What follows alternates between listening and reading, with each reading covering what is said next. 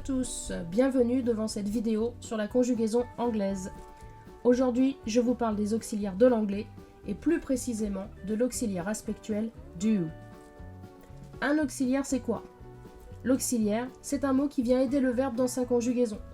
Les verbes anglais ne savent pas faire grand-chose tout seuls. Ils ont besoin d'auxiliaires pour les formes négatives et interrogatives par exemple.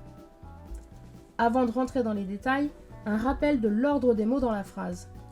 À la forme affirmative, je vais trouver sujet, auxiliaire, verbe. Ça, c'est la base. Il peut bien sûr y avoir ensuite un complément d'objet direct, indirect ou des compléments circonstanciels. À la forme négative, je vais trouver sujet, auxiliaire, qui va porter la négation, et verbe. À la forme interrogative, je vais trouver auxiliaire, sujet, verbe. À l'oral, pour la forme négative, vous allez pouvoir contracter la négation sur l'auxiliaire. Alors, commençons avec le présent simple. Au présent, il y a deux formes, do et does. Does sert pour la troisième personne du singulier. Il est possible, mais c'est rare, de faire apparaître l'auxiliaire do à la forme affirmative. Dans ce cas, il sert à insister sur l'action du verbe. Souvent, c'est en réponse à une phrase négative. I like chocolate, sans auxiliaire, c'est juste j'aime le chocolat. I do like chocolate, avec auxiliaire. Selon le contexte, c'est mais si j'aime ça le chocolat, ou j'adore le chocolat. À la forme négative, l'auxiliaire porte la négation pour le verbe. You do not like lemonade. On voit ici que c'est l'auxiliaire qui porte la négation, car c'est sur lui qu'on construit la forme contractée. You don't like lemonade. C'est aussi l'auxiliaire qui porte la marque du nombre. He does not like sparkling water. Le S de la troisième personne du singulier n'est plus sur le verbe, mais sur l'auxiliaire.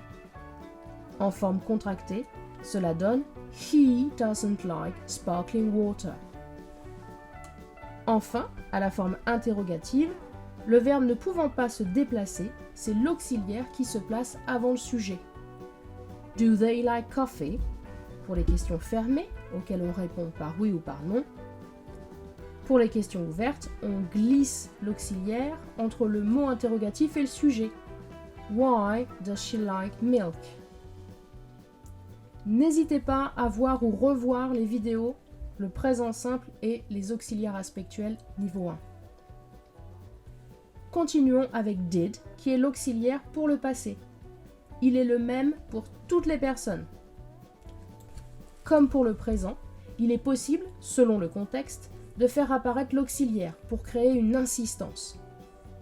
I went to London, sans auxiliaire, indique juste « je suis allé à Londres ». I did go to London, avec auxiliaire, peut vouloir dire « je suis bien allé à Londres ». Vous remarquez ici deux choses. To go est un verbe irrégulier, mais surtout, avec l'arrivée de l'auxiliaire, j'utilise à nouveau la base verbale. C'est l'auxiliaire qui porte la marque du temps. Pour la forme négative, l'auxiliaire porte donc le temps. It did not go well, qui se contracte en It didn't go well. Pour la forme interrogative, l'auxiliaire prend donc place avant le sujet. Did you go to the US? Enfin, une spécificité de l'anglais, les réponses brèves. Elles se font pour répondre à des questions fermées. Par exemple, do you know Tom? Pour y répondre, on ne va pas se contenter de yes ou no. On va reprendre l'auxiliaire. Ainsi, on répondra yes, I do ou no, I don't. À la question does she dance?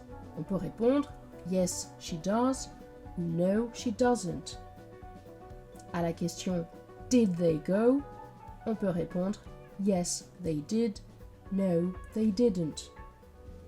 Vous aurez noté qu'en revanche, on ne reprend pas le verbe dans la réponse brève.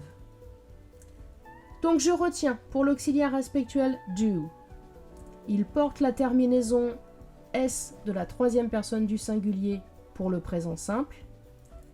Il porte la marque du temps et devient did pour le passé. Il est nécessaire et suffisant pour les réponses brèves.